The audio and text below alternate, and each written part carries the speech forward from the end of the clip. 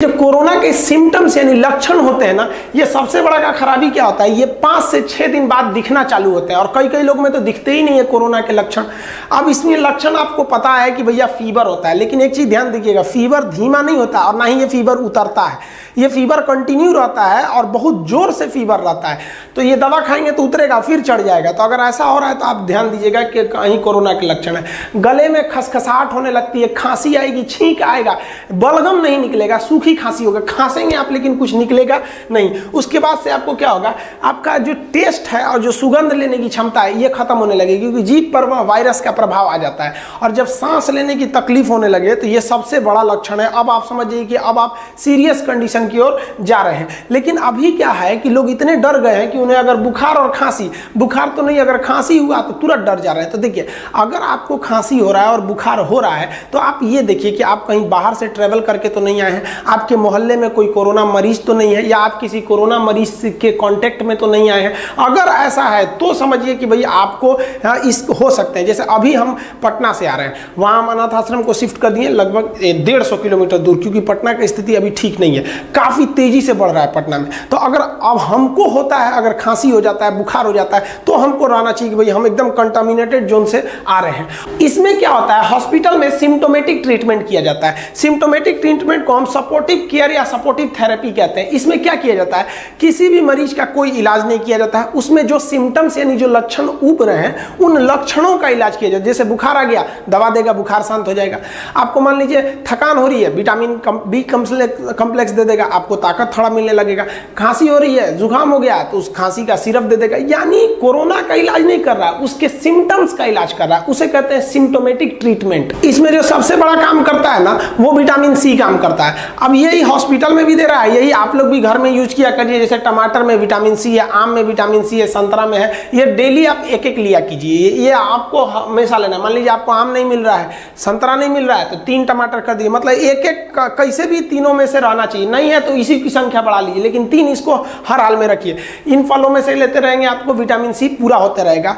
नारियल का जो पानी होता है ये काफी फायदा करता है। अभी देखिए, ये जो नारियल जो पानी होता है, ये ब्लड जो होता है ना, ब्लड काफी इसमें इफेक्टेड हो जाता है लंग्स में, तो ये आपको एक अंदर से शक्ति प्रदान करता है, आपके शरीर को गिरने नहीं देता है। दूध की मात्रा रहनी चाहिए कोरोना पेशेंट को, और अंडा जो है ये काफी जरूरी है। शाकाहारी लोग भी, अब देखिए, मान लीजिए ये तो एज ये दवा की तरह प्रयोग हो रहा है, होने के बाद यही सब हॉस्पिटल में भी दिया जा रहा है। और सबसे जरूरी जो हो गया वो तो काढ़ा हो गया है। काढ़ा में आप सबसे अच्छा है लेमन टी पीजिए, और एकदम गरम गरम पीजिए यहाँ पर, क्योंकि कोरोना जो है ना लगभग 4 से 5 दिन आपके गले में रहता है। अगर गर्म दूध, गर्म चाय या काढ़ा पीते हैं तो वो सीधे चला जाएगा आपके पेट में, और पेट में हाइड्रोक्लोरिक एसिड होती है, वो उसे मार देता है। काढ़े में आप पानी गर्म कर सकते हैं, इसमें गुल मिर्च डाल सकते हैं, अदरक, तुलसी, हल्दी का प्रयोग कर सकते हैं। दूध में तो आप हल्दी दूध डाल के एकदम गर्म पीने का कोशिश कीजिए। और कई लोग दूध पीते हैं ना तो उसमें मुंह में ठंडा कर लेते हैं, मुंह में लीजिए हल्का सा बस और तुरंत ढकेल दीजिए, ताकि वो गर्मी जो है ना आपके गले तक पहुंचना चाहिए यहाँ पर। इससे आपको काफी ज्यादा रिलीफ मिलेगा।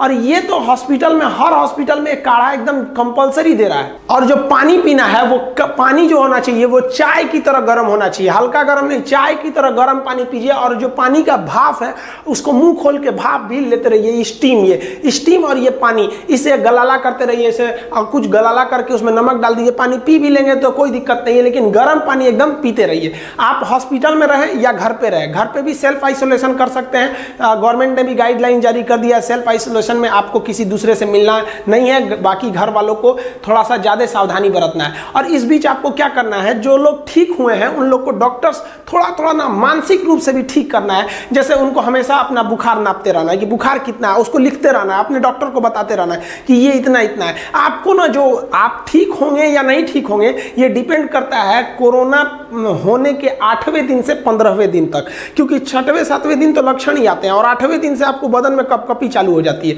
अब याद रखिएगा, जब आप हॉस्पिटल में एडमिट होने जाएंगे तो आपके साथ एक और मांगा जाएगा आदमी जो आपका ध्यान रख सके, और आपको एक बर्तन रखना है जिसमें आप पानी, चाय वगैरह बना सके, और आप एक ओढ़ने के लिए कंबल ले सकते हैं, क्योंकि बुखार आएगा तो ठंड बहुत तेज लगता है ऐसे मरीजों को। और जो इनके साथ अटेंडेंट जाएंगे उनको उनको अपना पर्सनल सिक्योरिटी के लिए उनको तो N95 जैसे मास्क हमेशा अवेलेबल रखना है, बुखार हमेशा नापते रहना है, बुखार से कोई लापरवाही नहीं करना है, और योगा करते रहना है। योगा के लिए आप उसमें देख सकते हैं कई सारे योगा चैनल है, वो स्पेशली योगा के लिए ही हैं, तो योगा करते रहना ताकि आपका बॉडी जो हो आप उसी तरह से स्ट्रांग हो सके।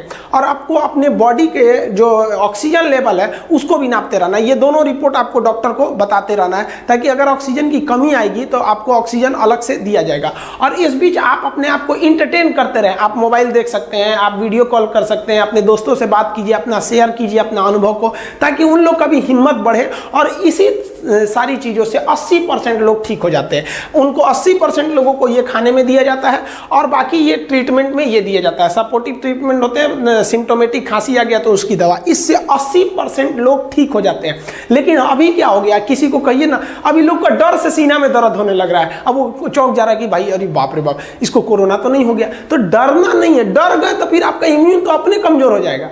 80% के बाद जो 15% लोग होते हैं उन्हें ऑक्सीजन देना पड़ता है। ये ऑक्सीजन सीरियस नहीं है, लेकिन हाँ ये मतलब माइल्ड या फिर मॉडरेट भी नहीं है। इसमें ना ऑक्सीजन सिलेंडर द्वारा ऑक्सीजन को केवल आपके नाक के पास छोड़ दिया जाता है, ताकि जो आपके बॉडी में ऑक्सीजन की कमी हो गई है उस कमी को ये जाके पूरा कर सके। इसमें भी बाकी आपके 15% लोग ठीक हो जाते हैं। अब बच गए 5%। इन 5% को वेंटिलेटर पर रखा जाता है। ये वेंटिलेटर आखिरी उम्मीद होती है। इसमें एक नली होती है जो नाक या मुंह के माध्यम से आपको क्या किया जाता है, अंदर तक पहुंचाया जाता है, यहां फेफड़ा तक। और ये मशीन प्रेशर डाल के आपके फेफड़े में ऑक्सीजन भरती है और फिर वापस निकालती है। ये काफी क्रिटिकल हो जाता है। इसमें क्या होता है, कोरोना वायरस आपके फेफड़े में एंट्री कर जाता है, और फेफड़े में जाने के बाद वो दो काम करता है। एक तो ब्लड को जमा देता है, तो डॉक्टर क्या करता है, ब्लड को पतला करने वाला आपको लिक्विड दवा दे देता है वहां पर, तो ये हो जाता है। दूसरा, जैसे ये फेफड़े में जाता है तो फेफड़े की कोशिकाओं को ये मारना चालू करता है। अब फेफड़े की जो कोशिकाएं होती हैं उसमें ज्यादातर सिलिया फ्लैजिला टाइप के होते हैं, ऐसा सिलिया टाइप का, ताकि वो ऑक्सीजन को बाहर फेंक सके, CO2 को बाहर फेंक सके। ये क्या करता है, उन कोशिकाओं को पकड़ लेता है। तो हमारा जो इम्यून सिस्टम है आके इस कोरोना को मारने लगता है। जैसे इस कोरोना को मारता है तो इस कोरोना के जो क्षतिग्रस्त अंग है वो बाकी ब्लड के टुकड़ों पे पड़ते हैं, फेफड़े के टुकड़ों पे पड़ते हैं। तो जो बाकी के हमारे सैनिक है, इम्यून सिस्टम है, वो ये भूल जाते हैं कि ये कोरोना मरा हुआ है या इसके टुकड़ा है जो हमारे स्वस्थ कोशिकाओं पे गिरे हैं, वो उन स्वस्थ कोशिकाओं को ही मार देता है। और जब ये धीरे धीरे फेफड़ा तक पहुंच जाता है तो पूरे फेफड़े में ये भर जाता है और पूरा फेफड़ा छोटा होने लगता है। इसलिए क्या होता है कि आप सांस लेते हैं ज्यादा लेकिन जा नहीं पाता है, पूरा भर जाता है। यहाँ कोशिकाएं, मरी हुई कोशिकाएं हो जाती हैं और कोरोना पूरा भर जाता है। और धीरे धीरे ये लड़ाई इतनी बड़ी हो जाती है कि हमारा शरीर जो है हमारे खुद के फेफड़ा को दुश्मन समझ जाता है और पूरा शरीर मिलके हमारे ही फेफड़ा को मारने लगता है। और धीरे धीरे ये सांस हम नहीं ले पाते हैं और वेंटिलेटर पे जाने वाले 5% लोग में से 1% ही वापस आते हैं।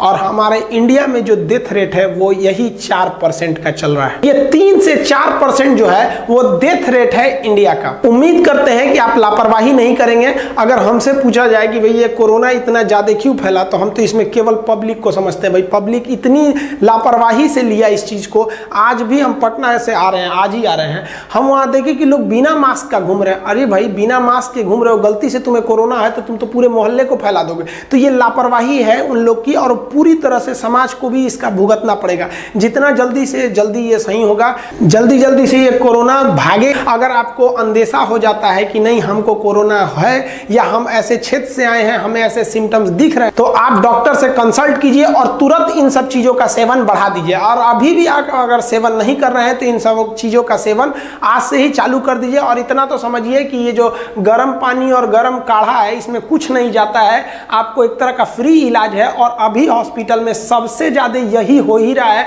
गर्म पानी, गर्म काढ़ा, दूध, अंडा, विटामिन C, यही अभी